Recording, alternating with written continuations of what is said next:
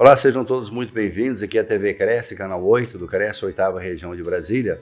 Hoje nós vamos ampliar os nossos conhecimentos hoje com um convidado muito especial que vai trazer informações muito importantes do mercado e a nova visão de tecnologia que nós já temos hoje disponível.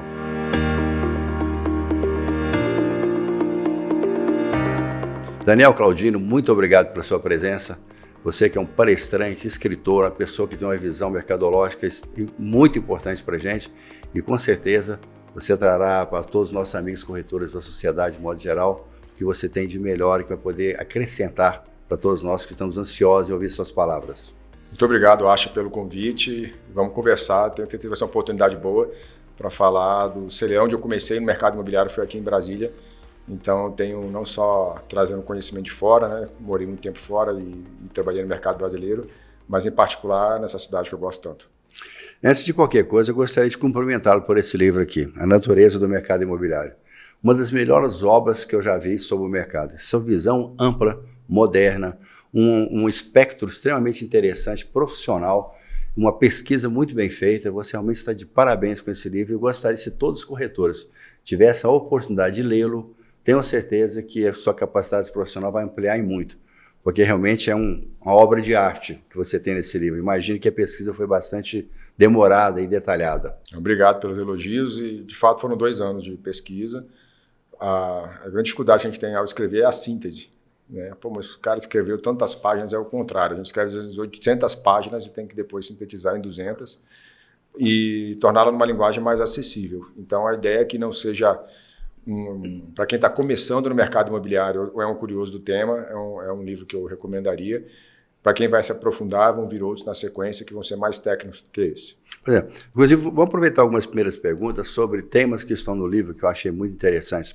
Porque você procura descrever aqui um mundo moderno, um mundo onde o mercado imobiliário está muito agitado, muitas ferramentas novas, novas formas de comunicação, novas exigências do mercado, essas fusões de corporações, compras, é um mercado realmente muito pujante.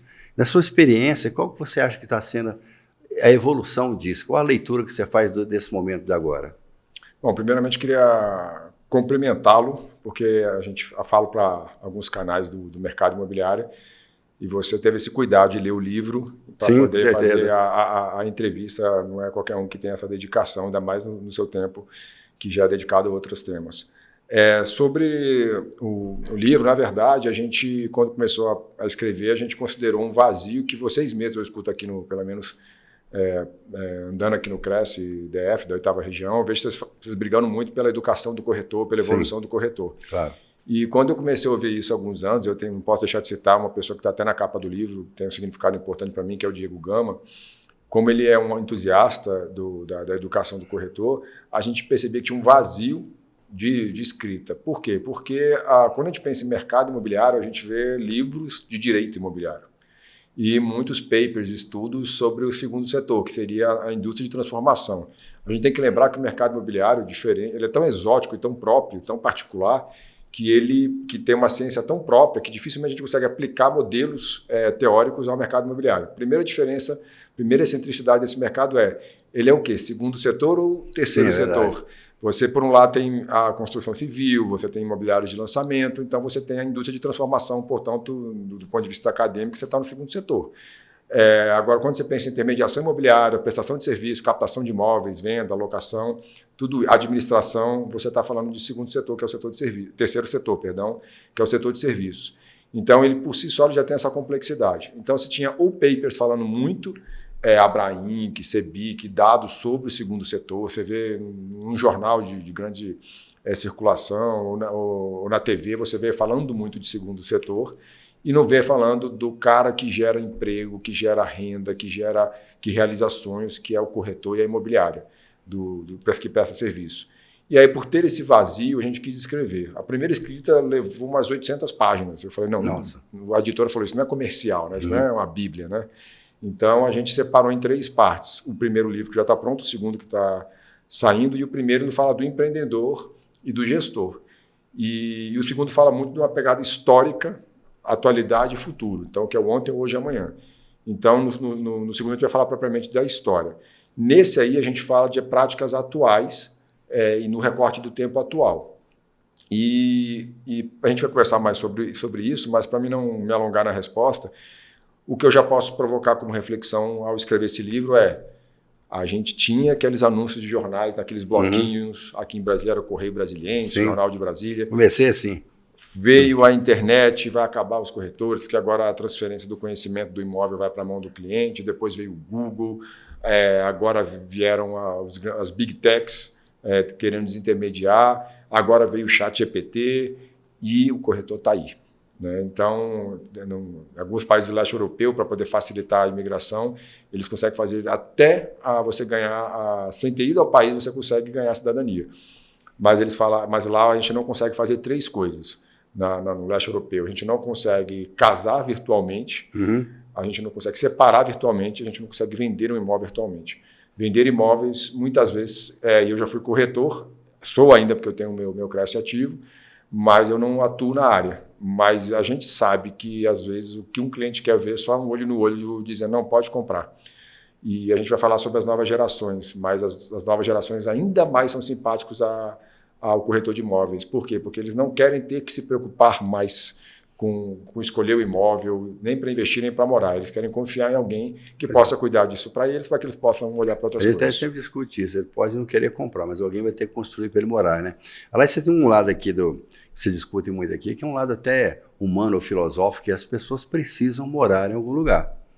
É uma necessidade. A gente pode analisar isso como uma necessidade social ou realmente uma necessidade de negócios, que também é uma outra vertente. Eu entrevistei algumas pessoas aqui e discutimos muito sobre a necessidade do ser humano em ter um local para voltar para casa. Isso é extremamente importante. E é um sonho. Mas o vendedor, como não vende sonho, ele pelo menos ajuda a realizar essa transformação que é importante para o mercado. Quando você analisa, por exemplo, um nível de investimento de um grupo de pessoas, ou de uma incorporadora, como é que nós vamos pensar no mercado? É um imóvel menor, um imóvel maior, para onde a cidade cresce. Você tem uma experiência de vários outros centros urbanos, você palestra no Brasil inteiro, né? Mas eu sei que você tem um carinho muito especial sobre Brasília. Aqui que é a sua base, lá quando começou com a Thaís Imobiliária, lá com o Jordano, com o Hugo, né? Você tem uma história muito, muito próxima de Brasília. E é isso que nós queremos ouvir de você. Você, ultimamente, também tem convido aqui conosco no CRES, esperamos contar com a sua colaboração, seus conhecimentos para algumas peças importantes aqui de conhecimento do mercado, e você já percebeu esse grande cuidado que nós temos na melhoria da capacitação profissional. Por que isso? Quanto mais o corretor tiver capacidade de conhecimento do mercado, de documentação, de visão mercadológica, de segurança, mais o mercado respeita por isso. E o mercado hoje é muito exigente, como você comenta aqui. As respostas têm que ser rápidas, os leads têm que ser rápidos, a decodificação das informações. Então, é todo um mecanismo novo que o corretor é obrigado a participar dele. E não ter medo do mercado. Sempre haverá um local para uma posição para os corretores. Não é isso que a gente discute aqui? Em relação à exigência do mercado, é uma crença minha, não tenho como comprovar. Ela veio até da experiência do ser humano com outros mercados. Então, o mercado imobiliário, tradicionalmente, ele está sempre um passo atrás de outras indústrias. Eu explico melhor.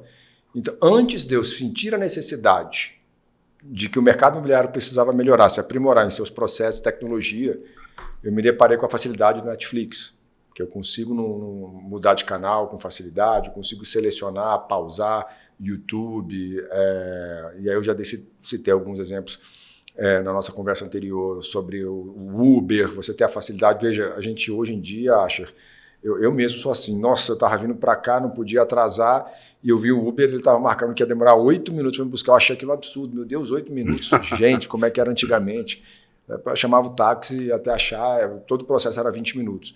E aí a gente começa a conviver com essas facilidades. De novo, eu sempre falo, não é só a tecnologia. A tecnologia ela é acessória, o processo é desenhado. Então foi desenhado processos, etapas para que tudo ficasse mais fácil para a gente consumir. iFood, aplicativos, o Uber Eats, para alimentação. Então tudo foi facilitando, né, com a internet e outras tecnologias. E o mercado imobiliário não. O mercado imobiliário não. Então ele começa a comparar, na hora de assistir um canal, na hora de pedir uma comida, na hora de me transportar, tudo vai se tornando mais fácil, o mercado imobiliário não. Então vem alguém aqui, as Big Techs começam a facilitar esse processo, as imobiliárias reagem.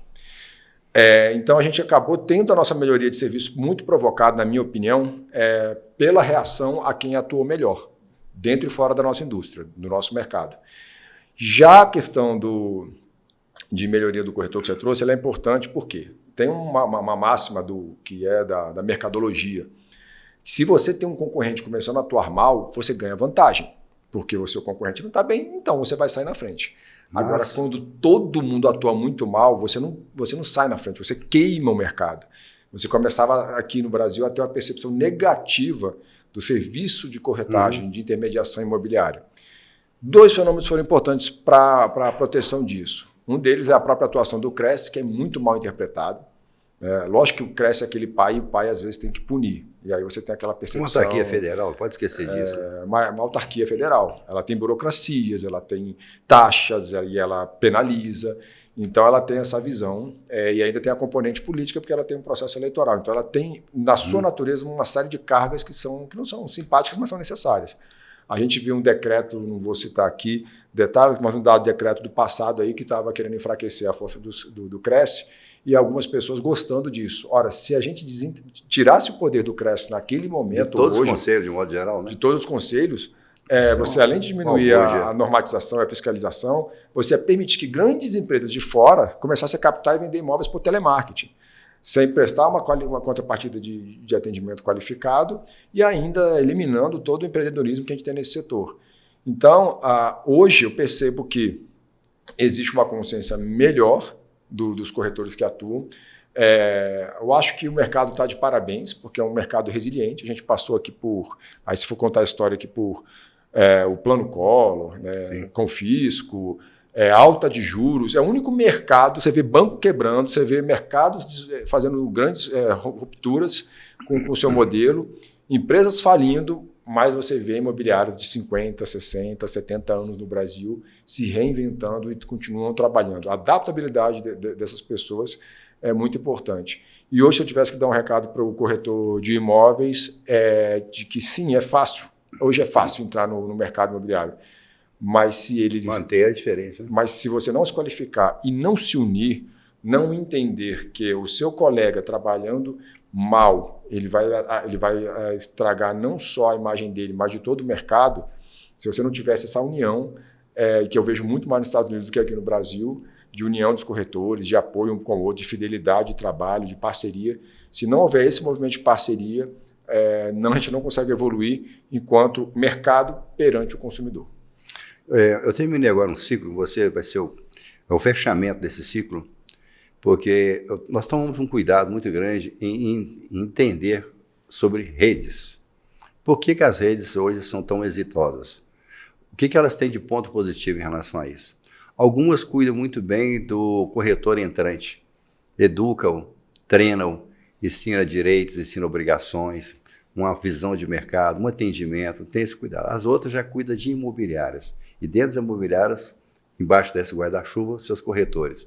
Então vamos cuidar de documentações, vamos cuidar também de postura, de marketing, de distribuir, de compartilhar esse estoque de imóveis, não é isso?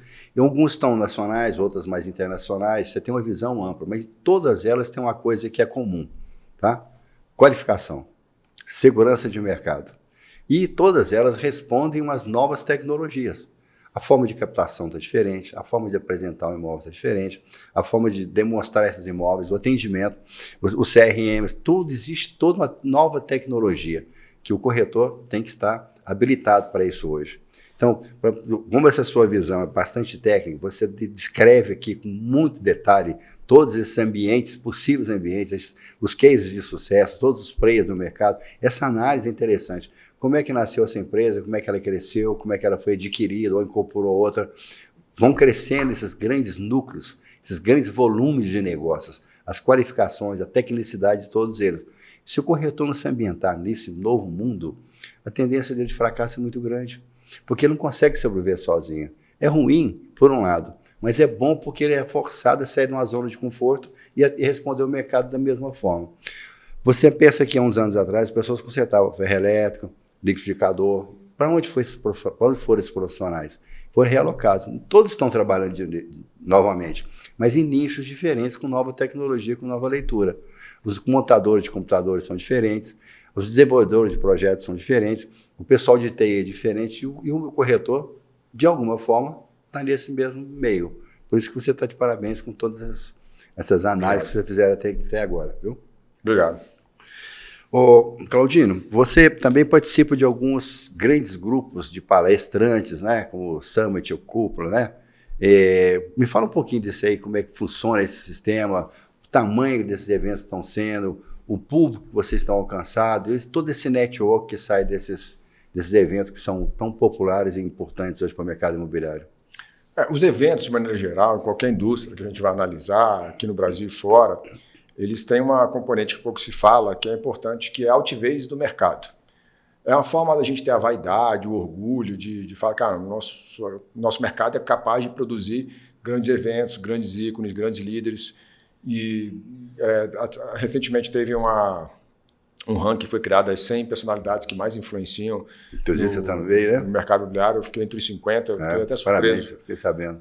Mas isso, independente da oportunidade que eu tive de estar ali no meio, eu vi a diferença quando houve a repercussão. Eu fiquei sabendo por acaso, colegas meus me mandando pelo WhatsApp, você está sabendo disso aqui, que você está aqui entre os 50 e tal.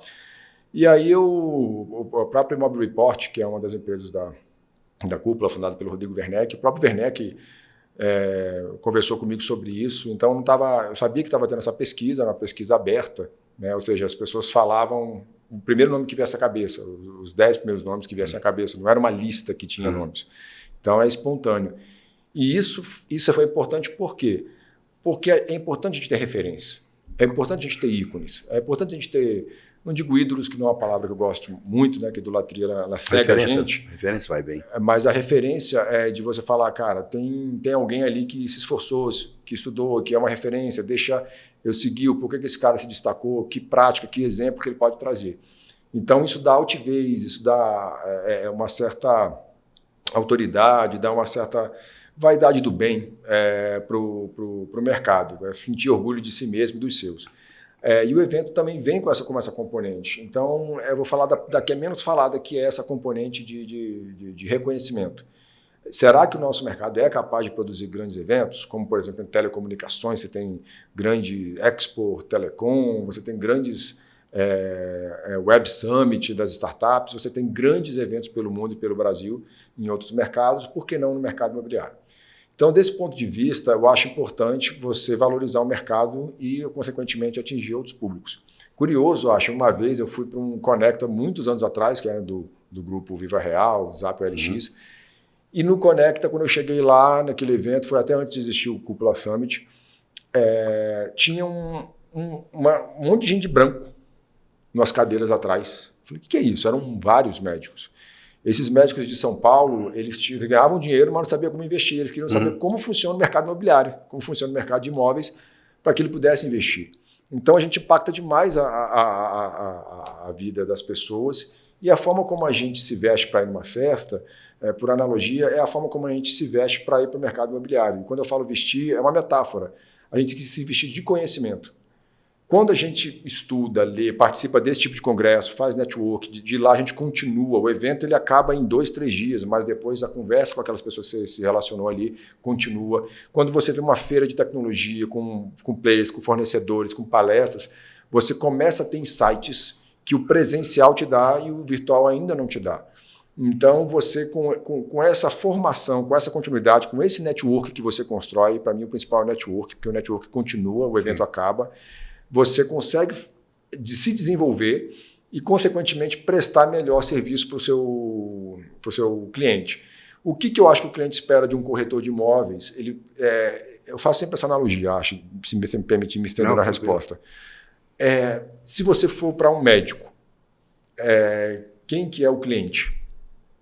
É você. Sim. Quem é que vai pagar por aquele momento? É você. Sim. E quem é que manda? No caso é o médico. A gente não é assim. Tem que ter o domínio. Falta altivez para a gente no mercado. Falta. Eu vou atender um cliente, eu tenho que falar para ele, assim, eu vou dizer o que você vai fazer.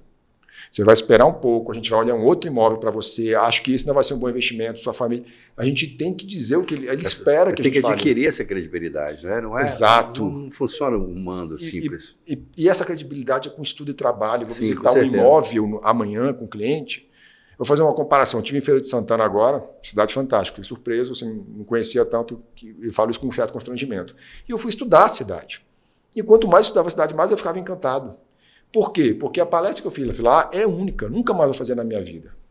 Porque ou eu vou fazer em outro lugar que vai ser outra cidade, ou vou fazer lá de novo que vai ser outro conteúdo. O tempo passa, a gente tem que evoluir. Então, é uma questão de respeito. Eu tive que estudar bastante aquele tema, estudar a cidade para fazer aquela palestra única. O corretor vai atender um cliente, ele tem que estudar o cliente, saber o contexto de vida dele, o imóvel. Naquele dia, como é que estão os concorrentes daquele imóvel? Ou seja, quais são os imóveis que são anunciados ali, que equivalem àquele que ele vai mostrar. Aquela rua, as imediações, chega no prédio antes, como é que vai ter? Tem algum condomínio extra que vai ser cobrado nos próximos meses para algum fim? Ser um estudioso daquela família e daquele imóvel e dos seus imóveis concorrentes. Então, eu sinto falta do corretor realmente se instruir para atender aquele cliente, mas também se instruir lendo as coisas certas, ouvindo as coisas certas, indo para congresso, lendo livros.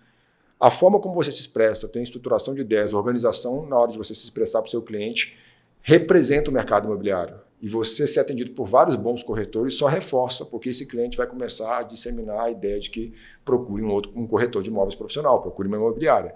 Então, não seja inimigo do seu corretor, do seu colega, do seu imobiliário concorrente. Faça a união e aí entra naquilo que você trouxe, as redes imobiliárias. Tem vários tipos de rede. Você tem a rede de troca de imóveis de estoque para você vender uma rede local comercial. Você tem redes para troca de conhecimento. E você tem redes para poder ter diferenciais competitivos, como, por exemplo, na hora de negociar com um grande fornecedor, você pede um desconto, um cashback, um serviço melhor. Coletivo, né? Porque você vai estar negociando de forma coletiva. E as redes, elas têm, como tudo na vida, ela tem qualidades e algumas desvantagens. A qualidade é você fazer isso tudo. Gerar mais negócios, educar o seu corretor, porque você consegue, às vezes, contratar. Desculpa me usar como exemplo. Quanto é que é o Claudino para poder educar uma imobiliária? Pô, posso ser caro, mas 10, divide por 10, então já é possível. Dilui aí, né? Dilui. Vou comprar uns livros, vou fazer congresso, você consegue fazer coletivamente. E você também consegue negociar com grandes players, como eu dizia. Só que as redes, ela profissionaliza, mas ela também, você tem que entender, acha que uma rede ela vai andar sempre na velocidade mais lento. Então ela vai te engessar. Pô, eu quero mudar aqui a política de comissionamento da minha imobiliária. Pô, mas se eu participo de uma rede, eu tenho que obedecer os parâmetros, porque eu também não posso mudar muito, porque senão eu vou roubar o corretor do meu colega. Eu quero eu tenho uma ideia inovadora, mas eu tenho que começar com os outros 10, 20 imobiliários da minha rede. Então você vai ficar mais lento os seus movimentos. Mas é uma escolha. Então, ao participar de rede, você pode ir mais devagar, isso é um fato, mas você vai mais longe. Por exemplo, interessante que meio filosofia, mas é muito mais fácil ser triste do que feliz, né? Porque dá trabalho ser feliz, né? Ser exitoso, dá muito trabalho. E se manter é mais difícil ainda. Muitas pessoas acham melhor ser triste, ou seja, arrumar dificuldade, criticar, né? Achar defeito em tudo. Nós tivemos aqui a semana passada um evento internacional de grande importância para a gente, da Ilha da Madeira.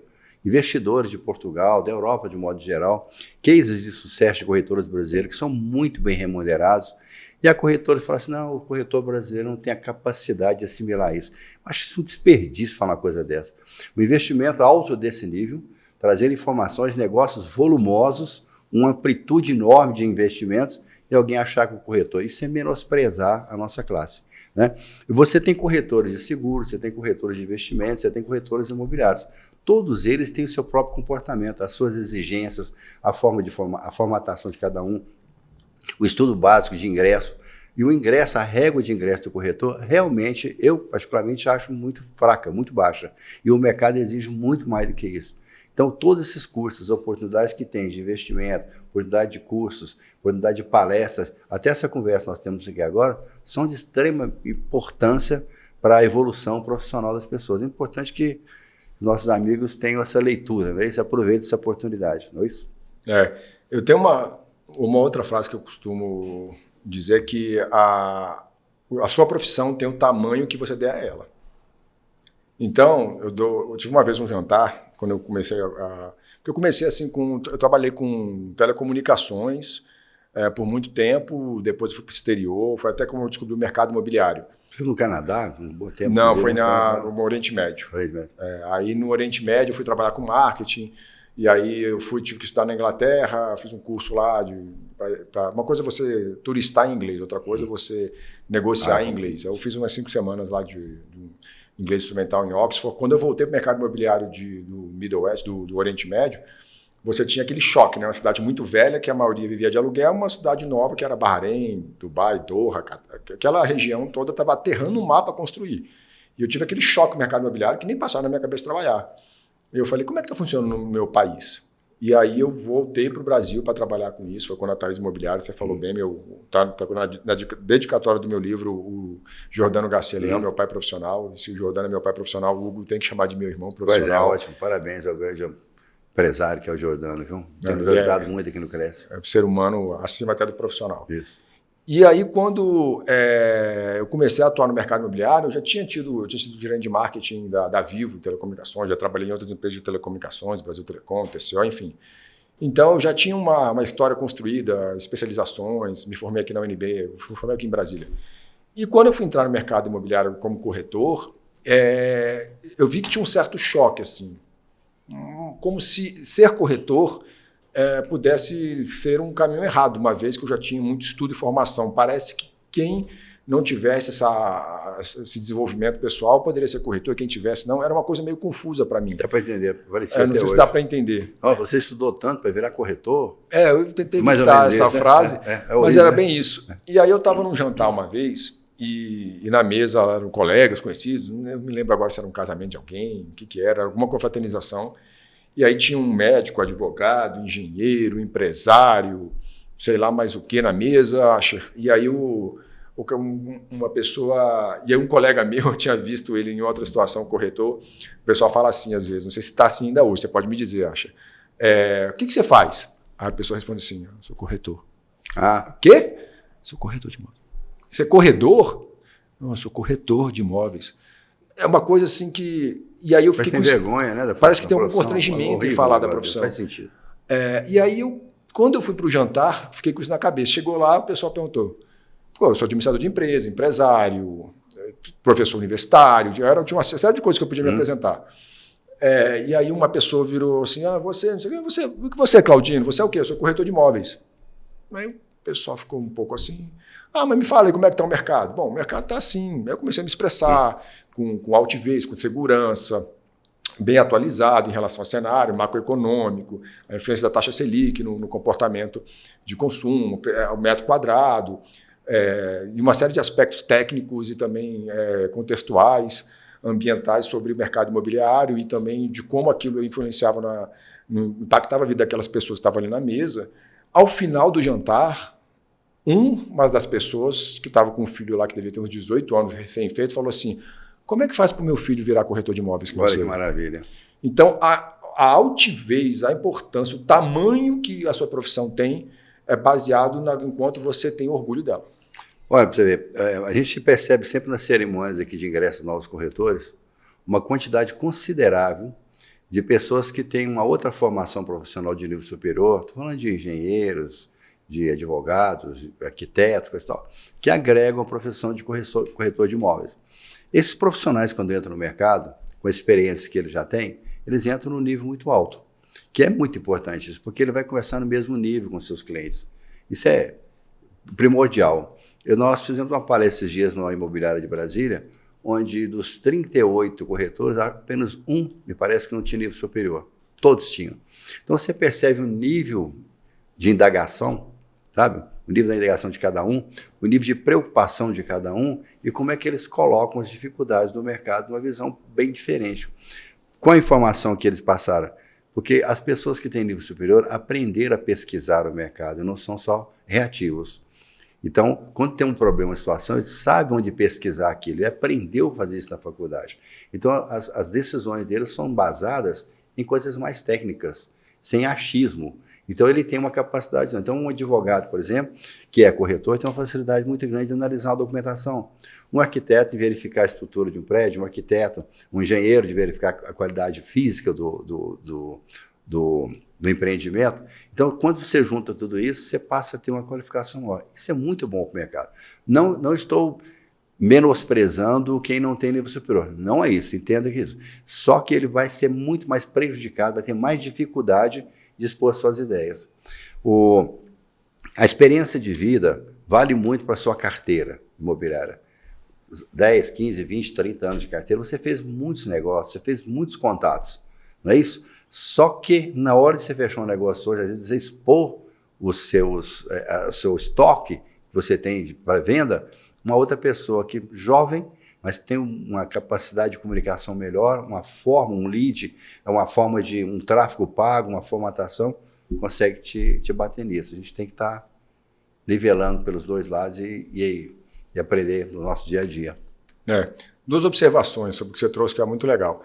A primeira, sobre a questão do curso superior, de fato, pressupõe-se você foi forçado, na pior das hipóteses, né, forçado que eu digo, tem pessoas que já leem com naturalidade e já buscam ter método no que fazem com naturalidade, e tem pessoas que precisam ter um desafio. Então, o curso superior, ele aponta que a pessoa provavelmente ou tem uma capacidade autodidata ou ela, forçadamente, o mínimo que ela teve que ler e se instruir e trazer método no que faz.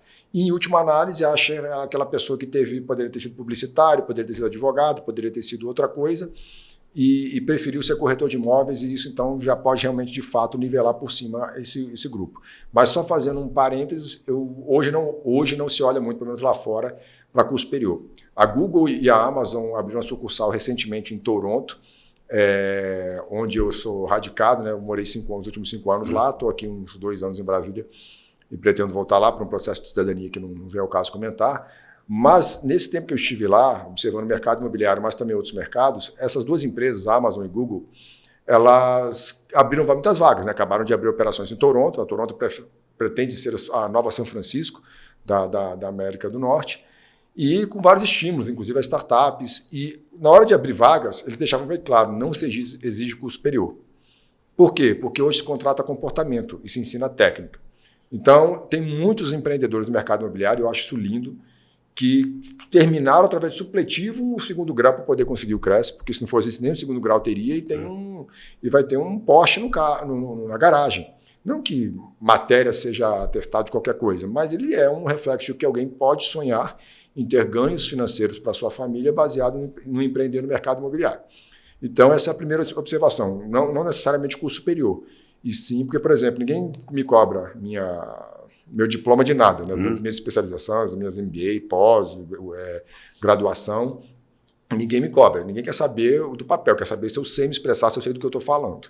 E muito do que eu sei hoje é estudando sozinho, é lendo, é participando de congressos, é assistindo vídeos e ouvindo podcasts como esse. E a segunda observação que é interessante uma vez eu estava trabalhando numa imobiliária e a gente trouxe vários corretores naquele processo normal de qualquer imobiliária, e 2 chamaram a atenção.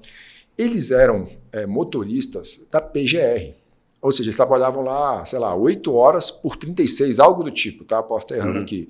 Eles tinham, eles eram motoristas, então pelo tipo de trabalho ele podia ficar ali 8, 12 horas, não sei, direto, e depois ele ficava 1 dia e meio sem fazer nada. Eu falei, cara, eu vou ser corretor de imóveis para complementar minha renda. Tinha uma escala lá. Tinha a escala dele lá. E eles não tinham nada, entendiam nada de mercado imobiliário, tiraram o CRES e pediram para entrar nessa imobiliária para aprender mesmo. E na época o pessoal estava fazendo, infelizmente, com uma taxa muito baixa, um percentual muito baixo de captação de imóveis. E eu falei para eles, olha, a captação aqui é 6%. Então, a referência era 6% de comissionamento na tabela referencial. E captar era muito difícil. Então, a meta é essa. E eles saíram para a rua. Quando foi no final da semana, Asher, chegaram os 2 assim, meio triste. O que foi? Não, porque a gente conseguiu captar só 6 imóveis. Só 6 imóveis? Não, foi um número bom, mas por que vocês estão tristes? Porque a gente conseguiu captar só 5 a 6% e 1 a 5%. Por que eles acharam ruim e, ao mesmo tempo, foram exitosos? Porque eles não sabiam, eles não tinham o conhecimento do problema. Eles não tinham conhecimento da escassez, eles não tinham gatilho mental de... Negativo, inclusive, né? Negativo, eles não tinham viés negativo de vida, azar, está todo mundo captando a X%, um valor muito baixo, o cliente não quer pagar. eles não... Hoje, o corretor de imóveis, ele se sente diferente do que eu falei, que ele tem uma posição de médico que tem que dizer o que tem que fazer, ele tem uma subordinação psicológica, dado da necessidade dele e dado pelas más práticas dos seus concorrentes, pela nossa desunião. A gente vai falar sobre desunião mais para frente, porque o mercado americano e canadense são super unidos. Mas, enfim, a gente já chega assim, senhor Asher, doutor, chama o outro de doutor, coisa horrível. Veja, eu tenho aqui a gente pode, comissão é tanto, mas se quiser pagar tanto, você já vai dando. Menosprezando, né? Eu sou um corretor deste padrão. Alguém quando fala para mim assim, Claudino, você está cobrando quanto pelo seu trabalho? Vou falar 1.000 dinheiros, um exemplo. É preço e valor, né, Claudino? 1.000 dinheiros pela sua palestra. Não vou falar os termos corretos, né? $1.000, €1.000, não interessa. 1.000 dinheiros. Uma palestra sua. Mas o Asher está cobrando 500. Não, gente, o Asher vale muito mais que o meu cachê, tá? Só deixando claro. Que é esse. Mas só nesse exemplo hipotético. Mas o Asher disse que está cobrando só 500. Eu falei, então, fecha com o Asher. Claro. Quando você... De verdade, gente, o filho de vocês vai estar com precisa fazer uma cirurgia, vou fazer um exemplo bem apelativo, emotivo. O filho de vocês está com problema na vista. Aí você vai na clínica genérica de olhos, clínica geral de cirurgias. Clínica geral de cirurgias que cobra R$1.000. Um bando especialista. E você vai na clínica de olhos que custa R$10.000. Você não tem capacidade técnica para avaliar qual que é melhor. Essa que é a verdade. Qual que você vai escolher? Só com essas informações que eu dei. Claro, você é de 10 mil, com certeza. Então, é o seu imóvel, o seu patrimônio mais importante. Fala, eu trabalho dessa forma. Vocês vão ter que dizer não algumas vezes até vocês conseguirem fechar uma captação. Mas na captação é que você dá o seu recado. Você vai perder no começo. Você vai perder dinheiro, você vai perder tempo, você vai perder energia. Mas no longo prazo você vai ser o corretor que não vai ficar mais sofrendo porque tem que vender o almoço para pagar a janta, aquela velha expressão. Nós discutimos esse dia porque o COAF retirou do mercado as nossas tabelas, inclusive referenciais.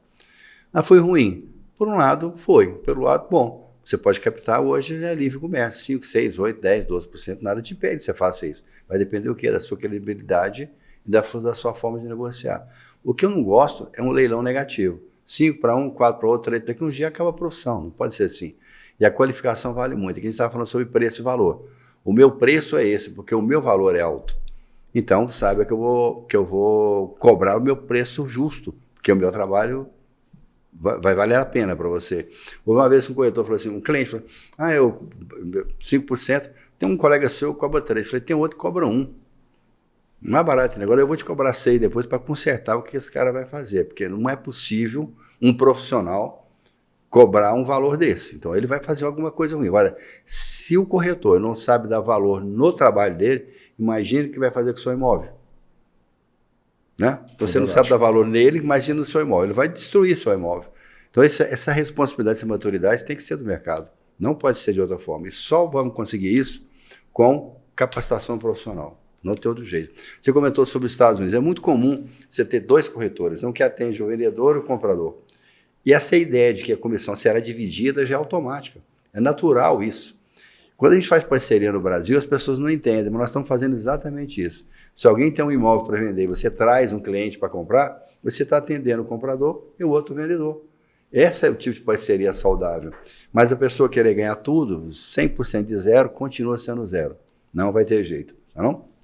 Na verdade, o que eu vejo que acontece muito é um pacto de mediocridade, né? Não sei se eu estou usando as palavras felizes aqui. Não, mas que é isso? Na entrevista, mas assim, com franqueza. Poxa, o Asher vai ganhar 3% na captação, eu vou ganhar 3% na venda. Não, parece que eu quero ganhar 3% na captação e na venda. Ou seja, o valor que vai para mim ficou 3% do mesmo jeito. Mas o Asher vai deixar de ganhar, que é meu colega de profissão, deveria ser meu irmão de profissão, e o mercado vai ficar mal educado, porque no final das contas quem pagou 3%. Então, eu não sei, existe eu me pergunto assim para um cliente, o que você quer? Porque, vamos ser sinceros, às vezes ele é um cara super hábil, é um cara que tem autonomia, é um cara que tem tempo para olhar a compra ou a venda de um imóvel, é um cara que tem instrução para o tema, né? O cara estudou, não porque ele estudou direito ou engenharia, mas é um cara que entende de compra e venda de imóveis, e ele quer o mínimo, que seria o êxito do negócio. Você me apresenta o cliente e eu faço tudo. Então, assim, você pode, de repente, pensar até, eu estou criando aqui um viés até problemático para mim, que é, você pode abrir mão de comissão, desde que você tenha uma lógica. Olha, nesse serviço aqui, Claudino, eu quero que você só me ajude nesse aspecto. Aí você tem que julgar, você faz isso, você só ajuda naquele aspecto?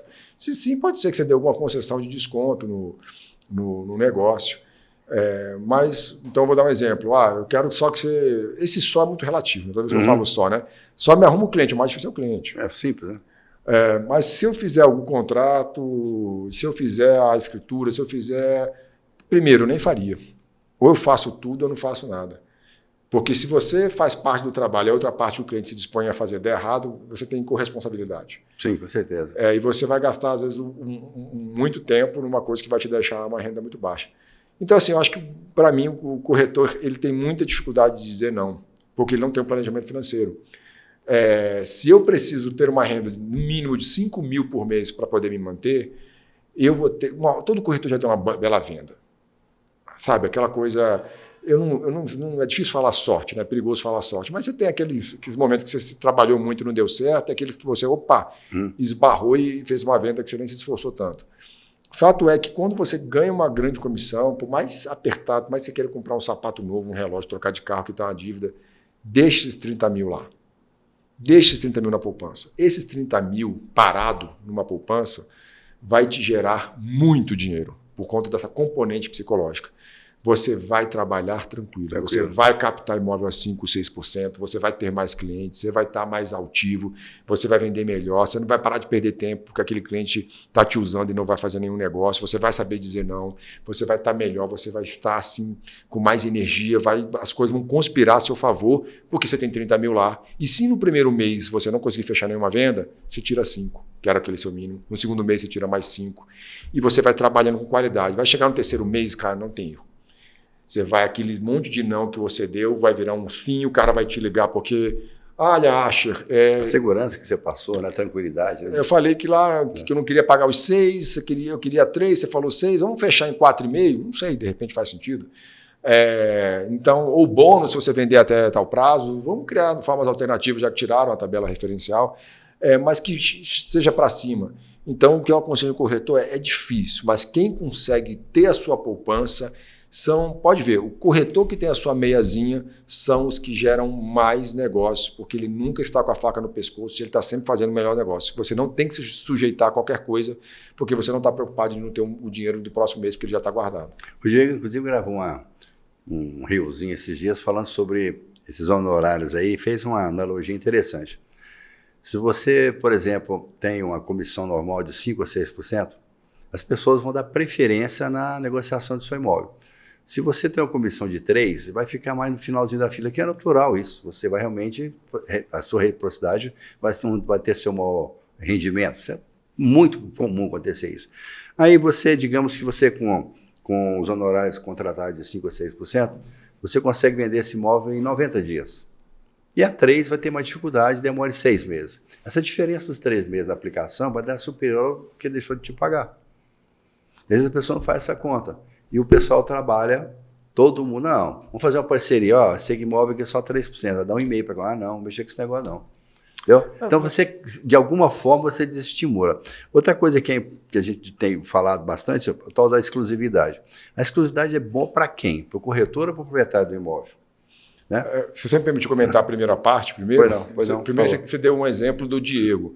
O Diego é um cara especial, ele tem um altíssimo nível de instrução, independente da formação que ele tem em direito, e ser um advogado com OAB não é isso. Não é a titularidade, o título que ele tem, é muito mais a capacidade dele mesmo, porque a gente conhece advogado que o problema está de escrita.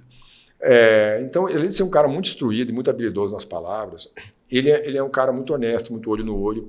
Então, assim, o problema do corretor também eu quero uma comissão melhor entregando menos. O que você entrega para o seu cliente, veja, a gente estuda muito, trabalha muito, tem uma história. Salvo engano, você fala 4 idiomas, pelo menos. Só que você está conversando só português comigo agora. Os outros 3 idiomas que você fala não está aparecendo aqui nessa conversa. Não. Mas está em forma de cultura, estruturação de ideias, sofisticação de palavras.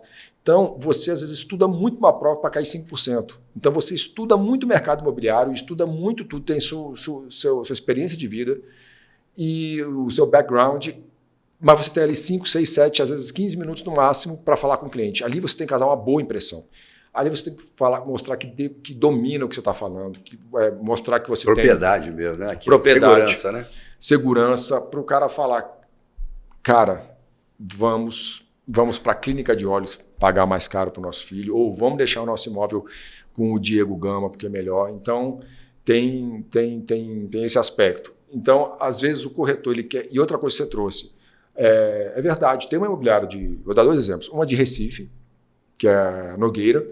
Sabe o que eles fazem? Não, a comissão aqui é 5%. Agora você tem pacote A, B e C. Ou você paga 5%, ou 5% mais 3 mil, ou 5% mais 5 mil. O que é esse mais 5? É bônus que a gente dá direto para o corretor. Nem fica na imobiliária. É uma forma deles até oferecerem para o proprietário.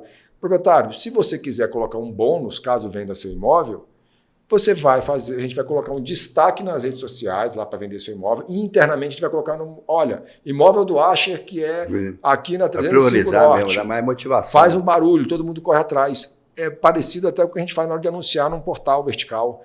vou fazer anúncio em algum desses portais de imóveis. Aí você coloca lá 5 estrelas para poder ficar melhor ranqueado. Você faz uma promoção do seu imóvel. Ele inverteu a lógica. Ninguém pede desconto, eles querem pagar mais para poder ter mais chance de vender o imóvel. E um outro é de Palmas. O cara falou, olha, eu estou vendendo uma grande área, um colega meu de Palmas, que é uma área de Tocantins lá, e vai custar lá 3%, e está muito bom, porque é uma área gigante, é uma empresa aqui de Brasília, ele estava aqui esses dias.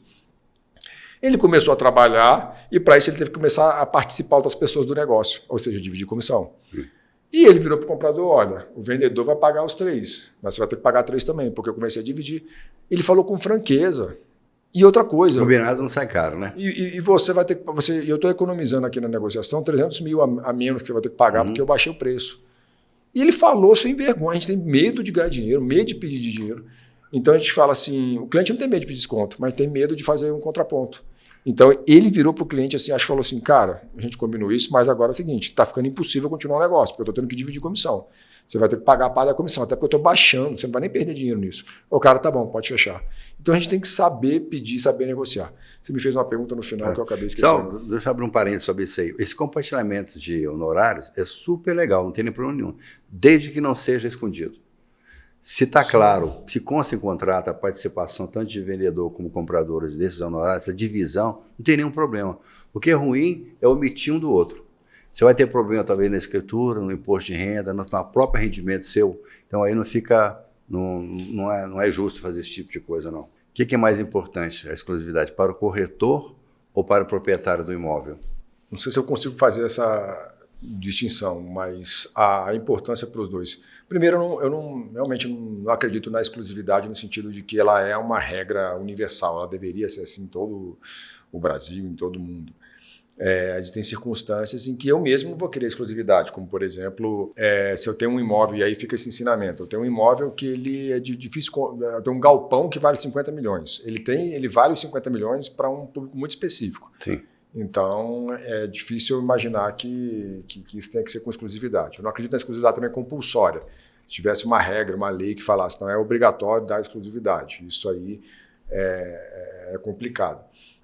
Eu acredito que a exclusividade, de maneira geral, sim, ela é boa. E para as duas partes, olhando para o corretor, ela é importante para que ele realmente possa focar naquele imóvel e ter a tranquilidade de que o imóvel ele vai render frutos, e por isso ele pode investir tempo, fazer melhor fotografia, o melhor texto, o melhor anúncio, investir em redes sociais, focar naquele imóvel, fazer plantão naquele imóvel, porque ele sabe que esse esforço vai ser premiado mais cedo ou mais tarde. Quando você não tem exclusividade, não vai ser. E por esse mesmo motivo é importante para o cliente. Ele vai ter uma prioridade em seu imóvel porque ele está dando exclusividade. Se alguém quiser comprar o seu imóvel, fale com o seu corretor. Para o cliente ainda tem outros benefícios, né? Você não tem um leilão para baixo. Isso, esse é o foco que eu queria chegar. Você tem vários anunciando, tentando às vezes colocar R$1 mais barato para poder... Em vez de falar dos atributos, né? Esse imóvel é importante para você, esse imóvel é interessante, esse imóvel ele tem esses diferenciais. Eu não vou me focar no diferencial, vou me focar no que eu tenho imóvel e vou colocar o preço mais baixo e vender. A não exclusividade traz esse prejuízo. Dependendo se você mora no imóvel ou se você não mora no imóvel, você oferece diferentes riscos, que é a insegurança de você estar... daqui a pouco a pessoa que trabalha na sua casa, ela vai receber, eu sou aqui o Claudino, vim aqui mostrar o seu imóvel. Claudino, não era o Asher? Não, mas eu também estou. Porque são 10 né, mostrando, então pode ser um bandido. Ou se o imóvel estiver desocupado, quem deixou a janela aberta que molhou o apartamento na chuva, quebrou uma lâmpada, roubou uma tampa de privada. Já a gente tem caso de mau uso do imóvel, o imóvel está desocupado, está à venda, e aí a pessoa usa o imóvel para outro fim. Um fim malicioso, é uma corrupção do processo ali de utilização do imóvel. Então, a gente tem uma série de benefícios. Respondendo a sua pergunta, eu diria que é mais benefício para o proprietário do imóvel do que para o corretor propriamente. Qual é a nossa linha de raciocínio em cima dessa exclusividade? Porque você vai ter um gestor do negócio. Ele vai fazer o compartilhamento desse negócio com outros corretores, mas ele é o gestor do negócio. Ele passa a ser responsável na apresentação de todo esse leque de outras opções. Ele vai ser obrigado a cuidar da documentação, da escrituração, de apresentação, de estar presente em todas as visitas. Então, cria uma segurança ao proprietário do imóvel. Então, ele é o primeiro gestor. E essa divisão de honorários já está prevista em lei ou até um dos costumes. Vamos dividir isso aqui meio a meio, já se acerta antes. A comissão é tanto, vai ficar tanto para você, tanto para mim. Então, você passa a ter o primeiro responsável pelo negócio. Se você abrir, você vai ser várias frentes, e essas frentes abrirão outras. Quando você vê, você está com sua mercadoria totalmente leiloada no mercado, começa-se aí uma depreciação do imóvel, uma necessidade das pessoas em transacionar o mais rápido possível, e você então está queimando seu imóvel de uma forma que você nem previa que aconteceria tudo isso. Então, do nosso ponto de vista, a exclusividade é boa para o proprietário do imóvel, não para o corretor. Porque o proprietário vai ter segurança que existe um profissional cuidando daquilo. Ele é o primeiro responsável. Então, daí para frente, todo desdobramento fica sob a responsabilidade dele também. E uma pessoa só para você negociar, né, para você atender, conversar, né, acompanhar toda a negociação, você ter múltiplas pessoas trabalhando ao mesmo tempo, não é bom para o proprietário. Com certeza, esse imóvel vai ser depreciado pelo mercado. E tem um outro tipo de exclusividade que acontece em outros países, como os Estados Unidos, mas eu tenho uma experiência mais canadense, que eu acho facilmente podia ser praticado aqui no Brasil. Tem umas coisas que são meio difíceis mesmo de você adaptar, mas esse eu acho que eu faria se eu tivesse focado hoje na atuação como corretor, que é a exclusividade de quem está comprando. Então, você está procurando imóvel, deixa eu te atender. Sim, mas esse é natural esse tipo de situação. Algumas pessoas até chamam de captação por encomenda, coisas desse tipo, mas não tem nenhum problema quanto a isso. E aí, o que se faz lá? O cara, olha, eu vou... É porque bom vendedor, eu vejo muito loja de roupa, né?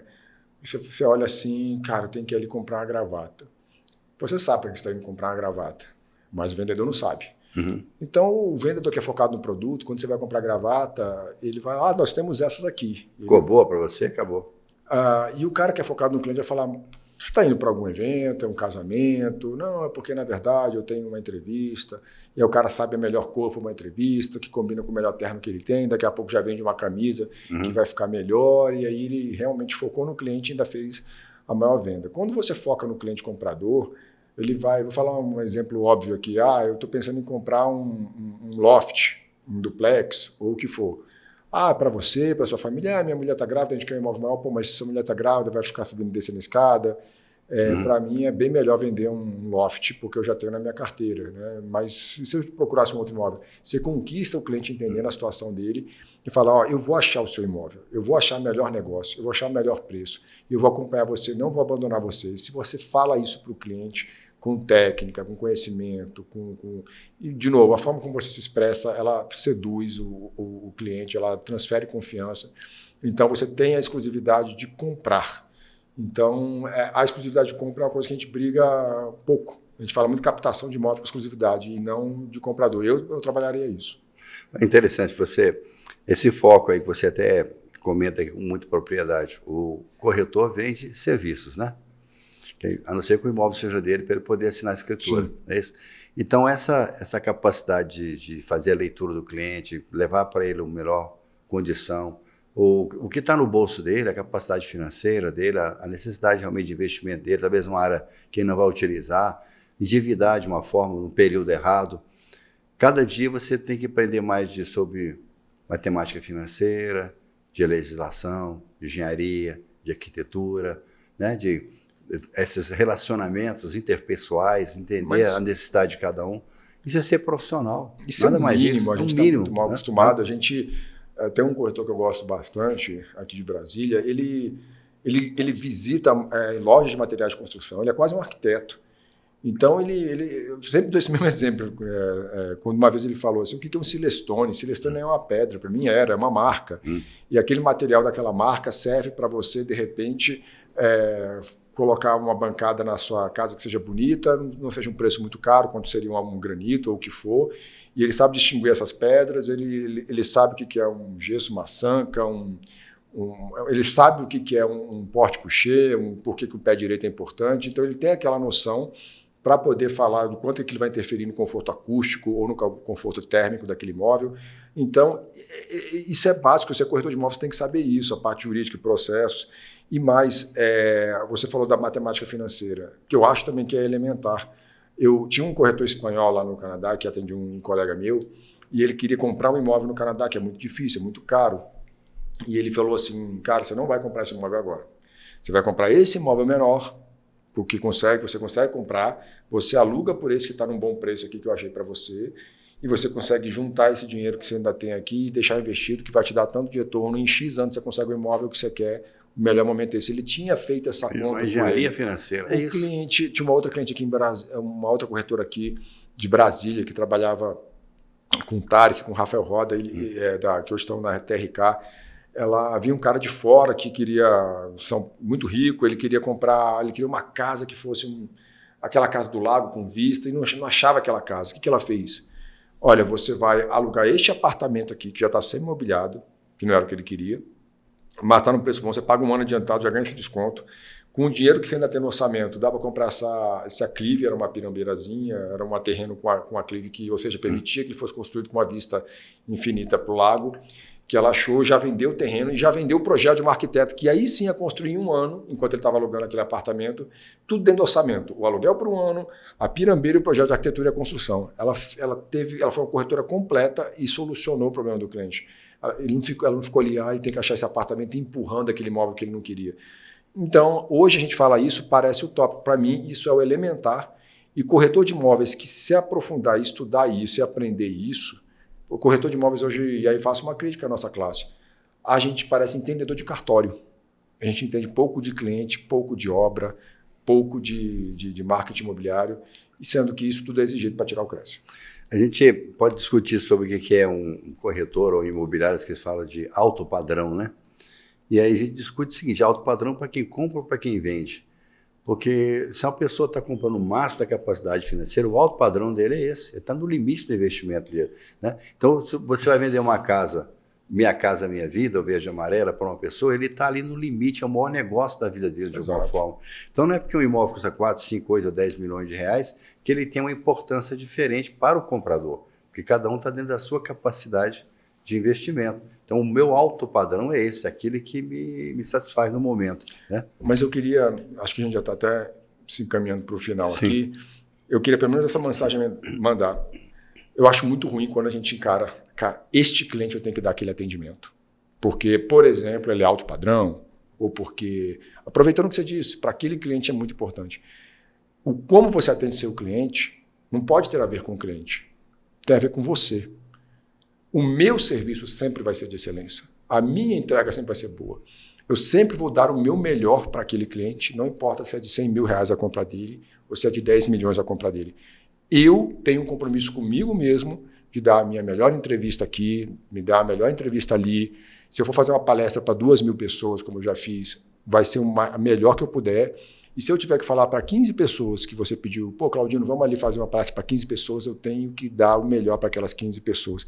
A medida da minha entrega tem a medida com o respeito que eu tenho pelo meu próprio trabalho, e não porque o outro tem um valor maior ou menor. Eu tenho uma referência que tenho usado com frequência também, sobre esse, só para somar essa colocação, é que vender não é profissão, é uma filosofia de vida. A partir do momento que você encara isso como filosofia de vida, automaticamente você vai se preocupar com a forma que você se porta, a forma que você conversa com as pessoas na rua, por negócio ou não. As pessoas se encontram no clube, no ônibus, na igreja, onde você estiver, você vai ter uma postura que tudo isso vai te trazer negócio, automaticamente.